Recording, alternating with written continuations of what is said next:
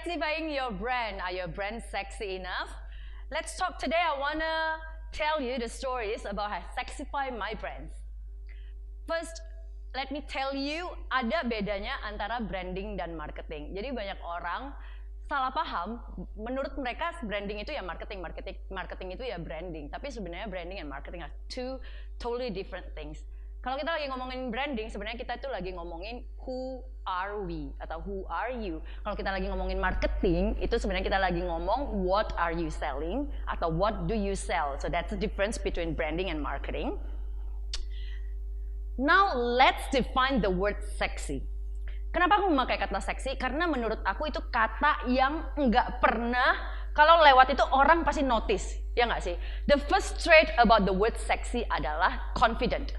A lot of people yang aku temui banyak jualan tapi mereka tuh nggak confident sama produk mereka, which I think is absurd.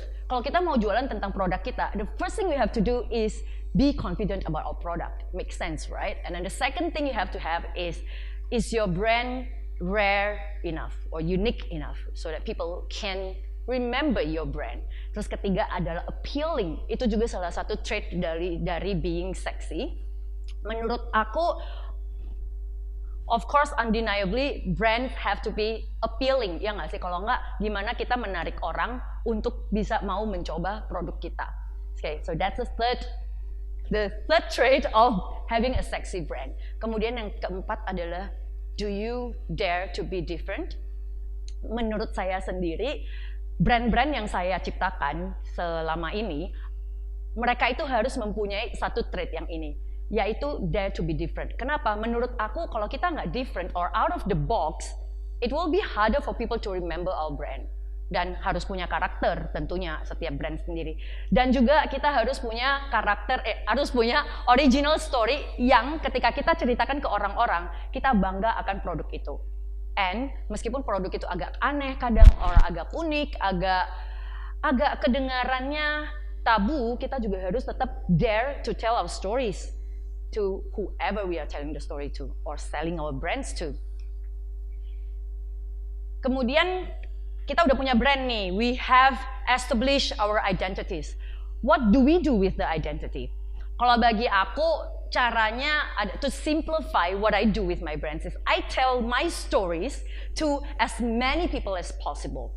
When I say tell your stories, it is as simple as making interesting content. And of course, in this case, sexy content.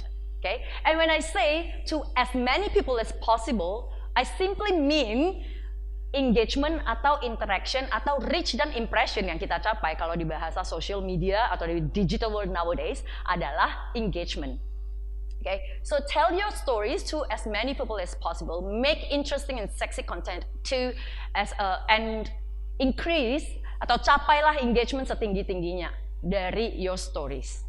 Dan tentunya menurut aku salah satu atau ya sebenarnya yang paling utama dari telling your stories adalah your stories have to be original, it has to have souls or characters, dan tentunya authentic. Jadi orang-orang susah dong mengcopy brand kamu. So one of the questions I get the most where every time I share about me sharing my brands adalah, gimana sih kalau ada yang mau copy brand kamu? Pernah nggak sih ada yang mau mencoba copy whatever you doing?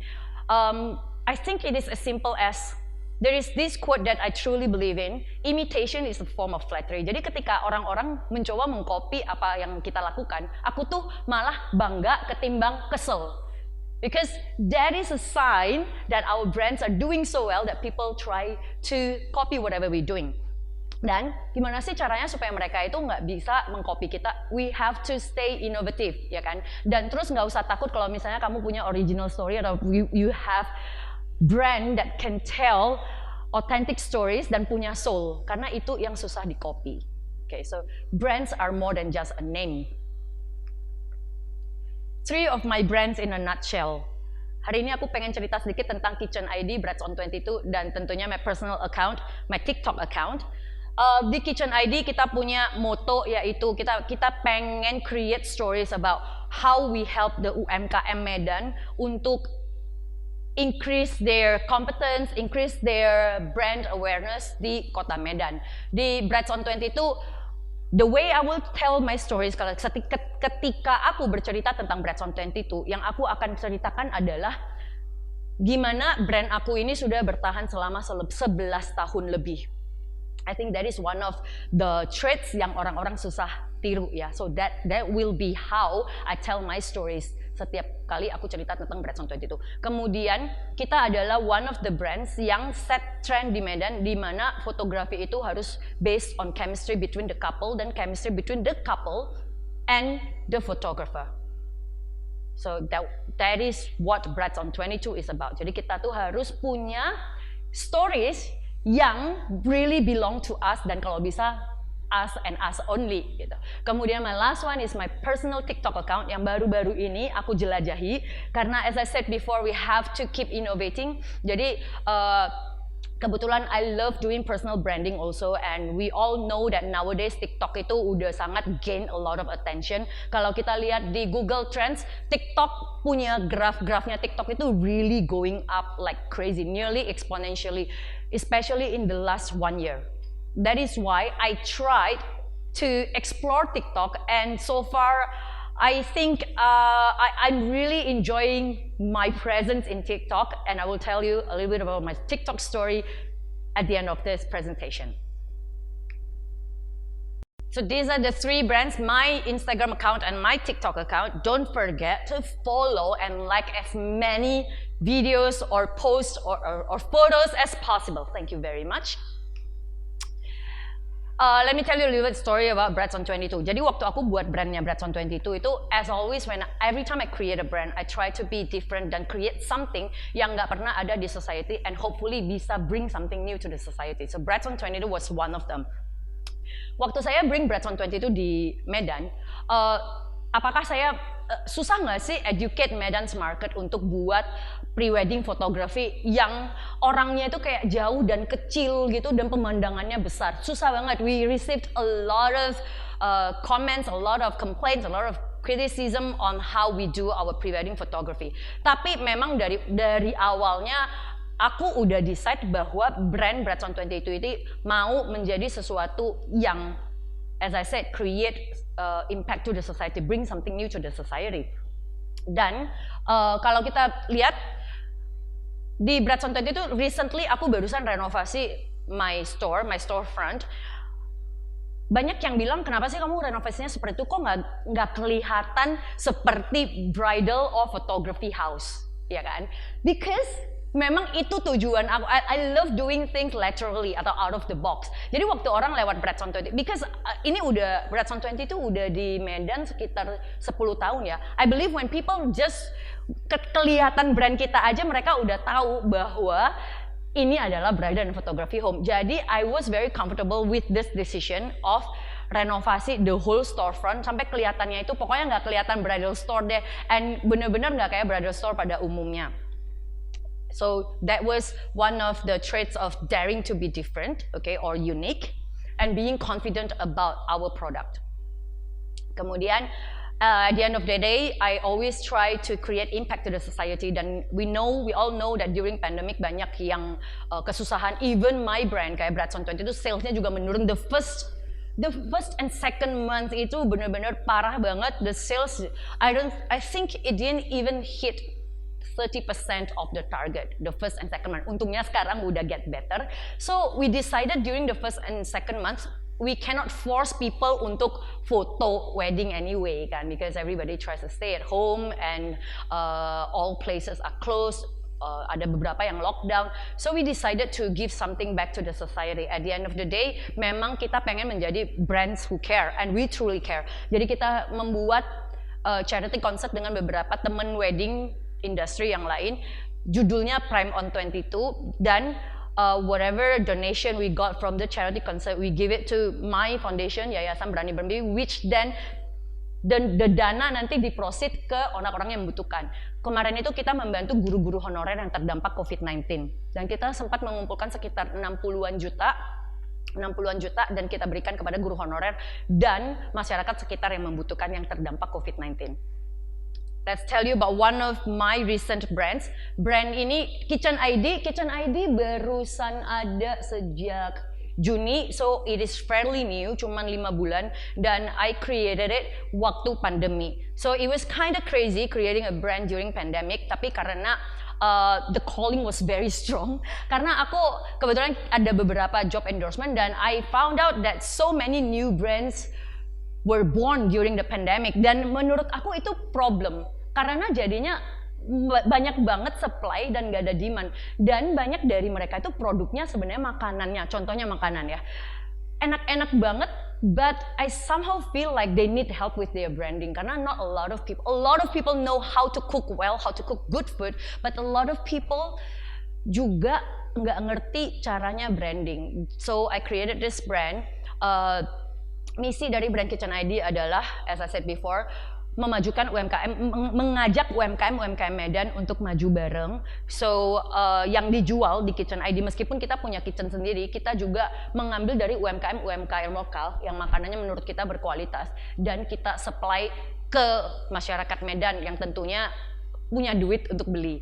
So one of my most happening brand so far, product so far di Kitchen ID adalah nasi gurih loser. If you haven't heard of it, please follow Instagramnya Kitchen ID. Berarti mungkin kalian kurang eksis.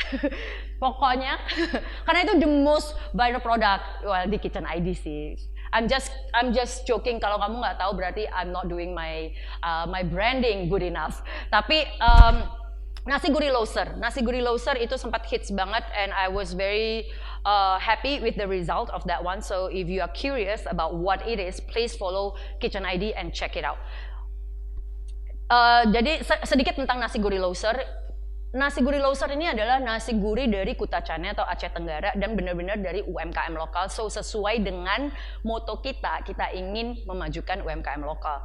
Dan mereka itu udah eksis udah mulai jualan nasi gurih itu sejak I think kalau nggak salah 2 generations. So that's a little bit about nasi gurih loser, because we have duration limitation here. Just check it out at Kitchen ID. Kemudian, what do we do in Kitchen ID untuk give back to the society? So lately kita ada buat kompetisi yang namanya Kitchen Got Talent. Kebetulan kita udah season 2. And I'm very proud about this karena ini for me it is something yang hopefully memang new and never been done before. Ini Kitchen Got Talent adalah kontes yang season 2 Chicken Got Talent, kontes ayam, kontes resep ayam atau menu ayam. Nah, di Medan Chicken Got Talent itu dilakukan, actually bukan di Medan ya, di Kitchen ID Chicken Got Talent atau Kitchen Got Talent dilakukan 100% virtual. That is also to go with the current trend sejak pandemic, everything has to go digital. Jadi selain kita ingin menaikkan branding kita juga ingin give something back to the society. Menurut hasil dari feedback di season 1, orang-orang atau brand-brand yang ikutan Kitchen Got Talent, mereka sudah belajar bahwa pentingnya digitalisasi brand mereka dan branding digital presence dari brand mereka itu meningkat. Tentunya juga ada berdampak ke salesnya mereka. But is it sustainable or not? Sudah harus kembali ke mereka dong. That is why we also do empowering by giving them skills untuk business skills. So aku invited beberapa teman aku di industri business, di industri F&B, photography untuk memberikan empowerment atau kelas-kelas kepada UMKM yang bergabung di Kitchen Got Talent. So at the end of the day, we want to be remembered as the brands who care. Last but not least, my TikTok account. Jadi, I started my TikTok exploration sejak bulan Maret karena harus work from home dan nggak bisa traveling. So the reason I started this brand, ini bukan professional brand aku, bukan corporate brand aku. Ini adalah brand personal aku. Aku memang suka buat konten tentang my personality ya, bukan personal life tapi my personal brand, karena itu memang something yang I'm passionate about. So I tried TikTok dan I got hooked karena memang passion aku tuh di dancing. Jadi pertama waktu join TikTok itu aku cuman mau dancing for fun gitu. And then ternyata responsnya bagus banget. So in 4 months aku coba udah mulai jenuh kan. Kalau dancing terus mau sampai kapan? And then one day I try to insert, kebetulan when we are talking about personal branding, it is more than udah financial goals tentunya, because at this stage of my life kebetulan my goal itu bukan untuk ngejar financial success anymore, lebih ke aku tuh punya goal, purpose of my life adalah sebenarnya ingin bermanfaat untuk orang lain sebanyak-banyaknya in one way or another, and I have always wanted to give back to society in the forms of education.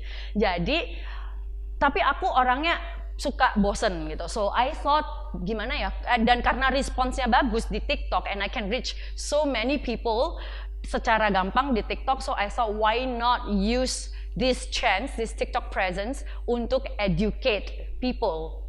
And I love learning new stuff. I learned a lot of tricks in TikTok. I love how TikTok, I have learned how TikTok algorithm works somehow, dan sejak aku insert educational material di dance-nya, malah responsnya itu tambah bagus. Dan ternyata di TikTok number one most engaging genre untuk TikTok konten adalah education. Number 2 adalah humor or comedy. Number 3 adalah entertainment seperti dancing, nyanyi dan lain-lainnya. Dan kebetulan aku memang ada passion di tiga-tiganya itu. So I try to combine all those three. So lately baru 1 minggu terakhir ini tiba-tiba ada fenomena yang it's crazy. Jadi selama setengah tahun terakhir itu I needed 6 months to build my followers dari 0 ke 100.000. But the last 1 week my followers udah increase 100.000 in just 1 week. Karena adanya fenomena yang namanya Tante Tank Top. So I realize bahwa ternyata, jadi ini ceritanya lucu. Somebody commented on my TikTok live. Jadi belakangan ini aku lagi explore namanya TikTok live. Dan di TikTok live itu somebody commented, Tante pakai tank top dong. I knew they were joking. So dari sana aku jadi ngerti. Dan sejak orang itu mention kata tank top, after that jadi banyak yang request aku pakai tank top. Padahal aku waktu bener-bener pakai tank top itu responsnya nggak sebagus waktu aku nggak pakai tank top. So it is very interesting kan. So I try to label myself. So before that my label was just Tante Guru, because I was teaching them educational and positive reframing stuff. Tapi sejak itu I changed my hashtag to Tante Tank Top. That is how I gained the 100k followers in 1 week. Jadi kalau misalnya kita breakdown apa sih TikTok account itu, apa sih what is the story behind my personal brand adalah I also try to read apa yang para viewers inginkan. Netizen tuh inginnya apa sih? So they need something yang seksi, tapi di TikTok itu sangat community guideline-nya itu very strict. Jadi kita tuh harus hati-hati. So I try to make the brand so appealing that mereka itu mau nggak mau harus follow my TikTok account. Padahal ketika saya memakai Tante Tank Top, istilah Tante Tank Top untuk live, kita tuh nggak ngajar yang miring-miring. So di TikTok itu banyak yang bilang ini bobrok ya, bobrok. But TikTok is all about that. TikTok is kayak encouraging us to be ourselves. Terus di sana jadinya aku jadi memanfaatkan Tante Tank Top ini untuk ngajar. So bagi yang belum pernah ikutan TikTok live aku, silakan follow di TikToknya Lilisan Wijaya. Cari tahu apa sih itu Tante Tank Top. So I'm not gonna tell you more about what I do di TikTok live aku. I hope kamu cukup penasaran untuk cari tahu what is Tante Tank Top yang bisa gain 100k followers in 1 week. Aku percaya banyak di luar sana yang bisa gain much more in 1 week. I'm not saying I gain the most, but at least untuk my personal achievement it went way beyond my expectation. If you check on Google Trends, TikTok, if you put in the word TikTok, bener-bener grafnya itu naik banget, almost exponentially. Jadi that is why if you haven't started on TikTok and you want to do personal branding, professional branding, or corporate branding, TikTok doesn't pay me a cent to say this, but bener-bener kalian udah harus mulai melek digital nowadays. So nowadays, however sexy your brand is, if you don't do it digitally, if you don't innovate, and if you don't do it fast or regularly enough, we might be left behind. Let me show you a little bit about what Tante Tank Top is and what kind of contents that I share on my TikTok.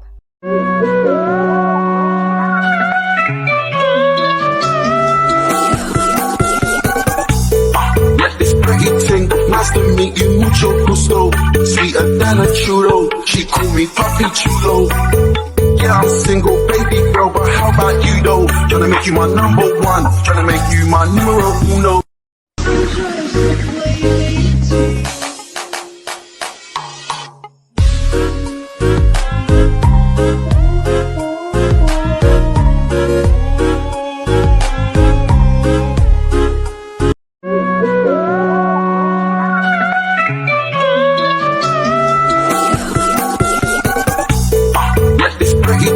Nice to meet you, mucho gusto.